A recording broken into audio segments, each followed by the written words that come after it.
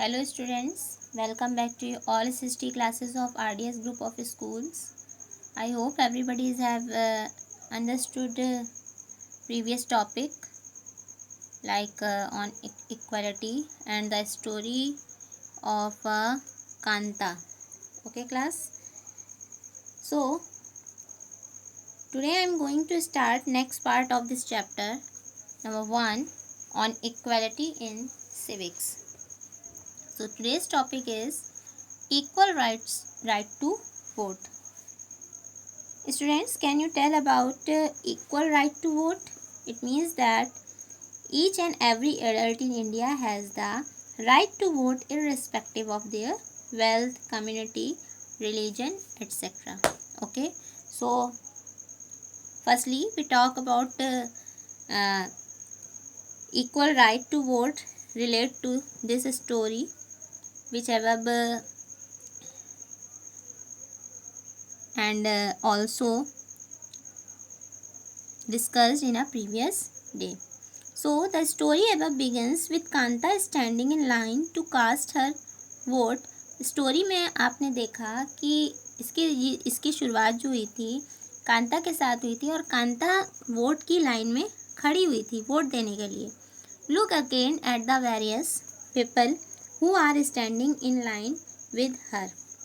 अब हम इसे फिर से देख सकते हैं कि बहुत सारे लोग खड़े थे उस लाइन में. कांता रिकॉग्नाइजेस हर एम्प्लॉयर. कांता ने कांता को रिकॉग्नाइज कराया था एज ए एम्प्लॉयर. उसने एम्प्लॉयर को रिकॉग्नाइज कराया. अशोक जैन एंड छोटे लाल. अशोक जैन और छोटे लाल हर नेबर.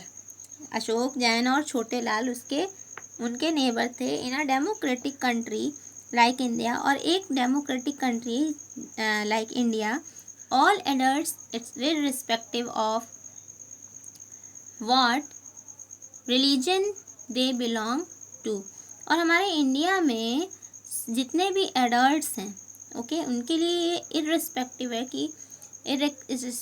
है कि वो किस रिलीजन से बिलोंग करते हैं. How much education they have had.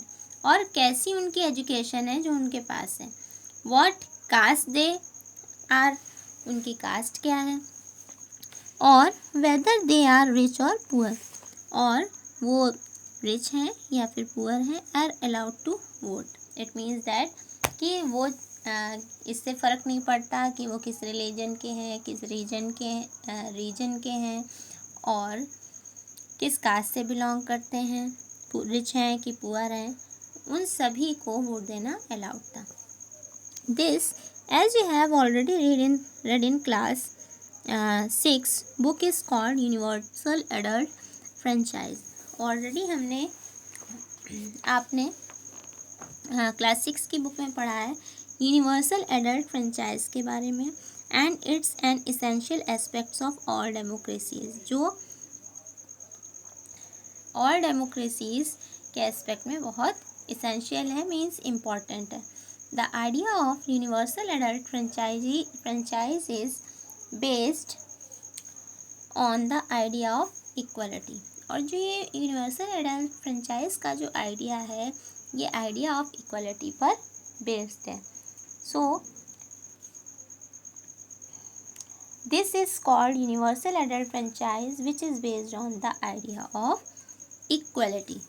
So because it states that every adult in a country irrespective of their wealth and the community she belongs to has one vote. means हर एक person का एक vote है. Kanta is excited. Kanta बहुत excited थी vote देने के लिए and happy थी, बहुत खुश थी. She is equal to all of the others. कि सभी जो हैं वो क्या है, इक्वल है. Because each of them has one vote. क्यों? क्योंकि सभी के पास एक वोट तो है. But as her day goes on. लेकिन एक दिन जाने के बाद Kanta becomes less certain about what its equality really means. जैसे ही एक दिन बीता था कांता को ये समझ आ गया था कि किस तरह से ये जो इक्वलिटी है इसका रियल मीन्स क्या है. What is this. Was it that makes Kanta unsure. और कांता अब इसके लिए अनश्योर थी, मीन्स अनिश्चित थी। Let's take a look at a day in her life. She lives in a slum and has a drain behind her house. तो इसमें हम देखते हैं उसकी प्रीवियस लाइफ के बारे में, कि उस दिन की लाइफ के बारे में, कि वो कहाँ रहती है। वो एक स्लम, एक मलिन बस्ती में रहती है। Has a drain behind her house, और उसके घर के आसपास पानी फैला हुआ है। She her daughter is sick, उसकी बेटी बीमार है, but she can not take the day off from work, लेकिन वो अपनी बेटी को दिखाने नहीं ले जा सकती। क्यों? क्योंकि because she needs to borrow money from her employers. क्यों? क्योंकि उसने अपने एम्प्लॉयर से मनी पहले ही ले रखी है, एडवांस में ले रखी है, उधार में लेनी होगी। To take her child to the doctor, means उसने उधार में लेनी पड़ी। Her job is a domestic, उसका घर काम क्या है? उसका जॉब है घरों में काम करना। Help tries her out and finally she ends her day by again standing in a long domestic help tries her out and finally ends her day by again standing in long, यानी कि वो जब दिखाने गई थी लंबी line लगी हुई थी, दूसरे दिन गई तब भी लाइन लगी हुई। This line in front of the government hospital, और जो लाइन थी वो गवर्नमेंट हॉस्पिटल के सामने थी। Is unlike the one in the morning because, और वो उस लाइन में सुबह से खड़ी थी। Because most of the people standing in it are poor, और मॉर्निंग से ही उसमें वो लाइन लगी हुई थी। क्यों? क्योंकि वहाँ पर जितने भी लोग थे वो पुअर लोग खड़े थे। Then next option is other kinds of equality. अब अदर काइंड ऑफ इक्वलिटी क्या है class? What is other kind of equality in India? Firstly, Kanta is one of many people who live in democratic India and who have the right to vote, but whose daily living and working conditions are far from equal. अब mainly क्या देखा गया इसमें? कांता जो थी, कांता एक democratic government democratic India में ही रहती थी, and who have the right to vote, और उसे भी वोट देने का अधिकार है। बट लेकिन उसकी जो डेली की लिविंग है और वर्किंग कंडीशन है वो उस इक्वलिटी से, उस इक्वल से होने से बहुत दूर थी।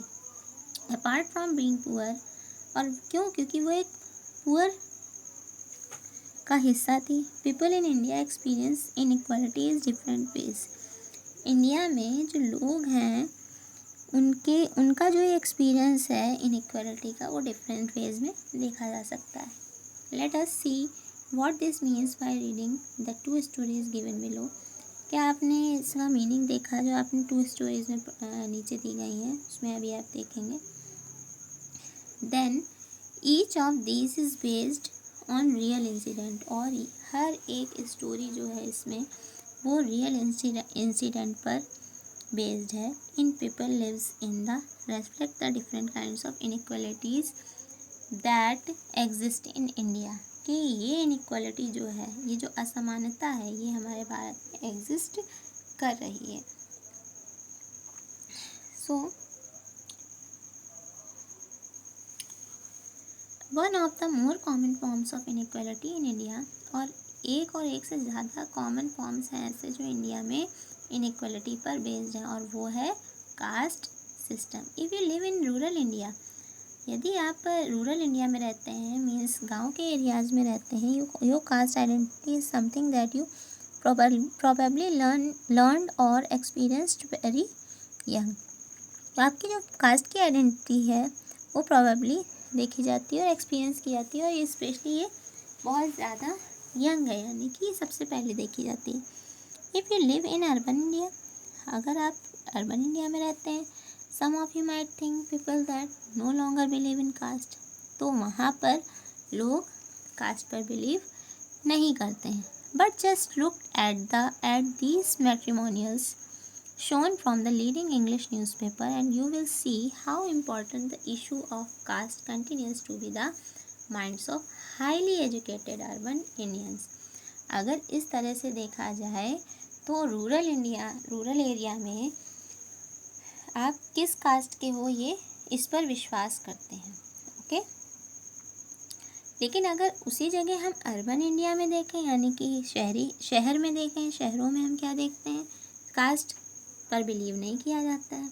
लेकिन अगर हम मैट्रिमोनियस यानी कि जिसमें शादियाँ होती हैं, लोग अपने जो हैं उनके एड्रेसेस, कास्ट और ये छपवाते हैं, तो उसमें हम क्या देखते हैं, इंग्लिश न्यूज़पेपर्स में देखते हैं तो हम क्या देखेंगे, ये एक इम्पॉर्टेंट इशू है जिसमें कास्ट जो है एक हाईली एजुकेटेड यानी कि एक बहुत पढ़े लिखे इंडियंस में भी ये चीज़ें देखी जाती हैं।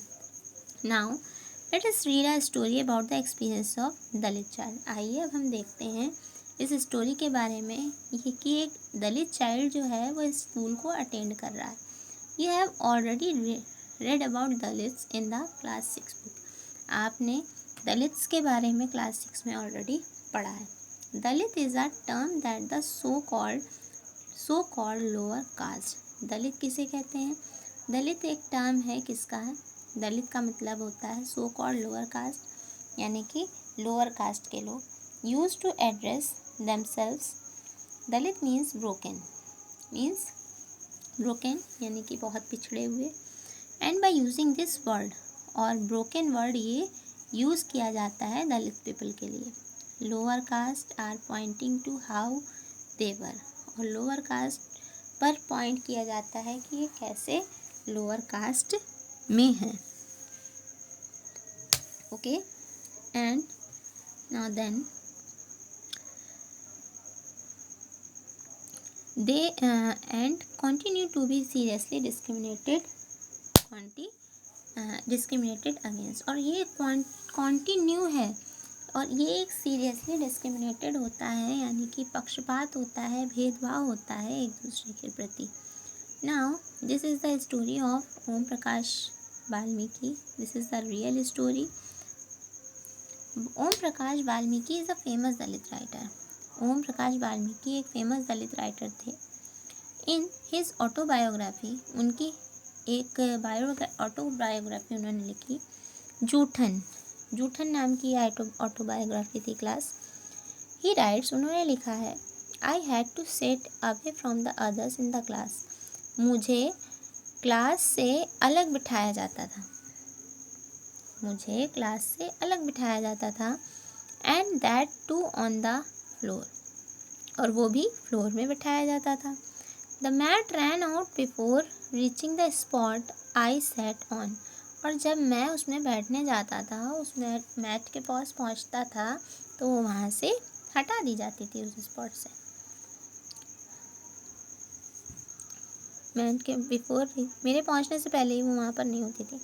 Sometimes I would have a sit way behind everybody, और कभी कभी क्या होता था कि मुझे सबसे पीछे बिठाया जाता था, सब बच्चों के पीछे बिठाया जाता था। राइट नियर द डोर, यानी कि डोर के पास बिठाया जाता था। Sometimes they would beat me, और कभी कभी मुझे बिना किसी रीज़न के, विदाउट एनी रीज़न, बिना किसी रीज़न के मुझे पीट दिया जाता था। When he was in class 5, जब वो कक्षा 4 में था। The headmaster asked Om Prakash to sweep the school. अब हेड मास्टर जो था वहाँ का, वो ओम प्रकाश से झाड़ू लगाने के लिए कहता था स्कूल में, एंड द प्ले ग्राउंड में भी। ही राइट्स, उन्होंने लिखा है, the play ground was way larger. वो जो प्ले ग्राउंड होता था वो बहुत बड़ा था। My small physique could handle and in cleaning it, और मैं छोटा सा एक उसे क्लीन करता था, हैंडल कर सकता था।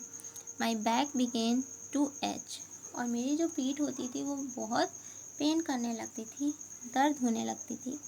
My face was covered with dust, मेरा जो फेस होता था वो डस्ट से धूल भरा हो जाता था। Dust had gone. Dust had gone inside my mouth, और डस्ट जो होती थी वो मेरे मुंह के अंदर चली जाती थी। The other children in my class were studying, और बाकी के बच्चे जो होते थे मेरी क्लास के वो पढ़ रहे होते थे। एंड आई वॉज स्वीपिंग, और मैं झाड़ू लगा रहा होता था। Head master was sitting in his room and watching मी, और हेड मास्टर रूम में बैठा होता था और मुझे देख रहा होता था। I was not even allowed to get a drink of water, और इवन मुझे पानी पीने के लिए भी नहीं जाने दिया जाता था। आई स्वेप्ट द होल डे, और मैं पूरे दिन वहाँ पर झाड़ू लगाता रहता था। From the doors and Windows of the school rooms में। द आइज़ ऑफ टीचर्स, जो टीचर्स की आंखें होती थी वो डोर पर और विंडो पर टिकी रहती थी। And boys saw this spectacle. Om Prakash was made to sweep the school, Om Prakash जो था वो झाड़ू लगा रहा था स्कूल में एक दिन। The playground for the next couple of days, और प्ले ग्राउंड में नेक्स्ट कपल यानी कि दूसरे दिन। And this only came to end when his father, means वो झाड़ू लगा रहा होता था और तभी उसके जो फादर थे वो आ गए थे। Who happened to passing by saw his son sweeping, ये क्या हो रहा है, मीन्स उन्होंने अपने बेटे को झाड़ू लगाते हुए देखा। Then he confronted the teachers, वो टीचर्स के सामने गए। And then walking away from the school holding Om Prakash hand, और वो ओम प्रकाश के पास गए, उन्होंने स्कूल में ओम प्रकाश को होल्ड किया जल्दी जल्दी। ही सैड लाउडली, और वो चिल्लाए। For all of them to hear, सभी लोग सुन लो।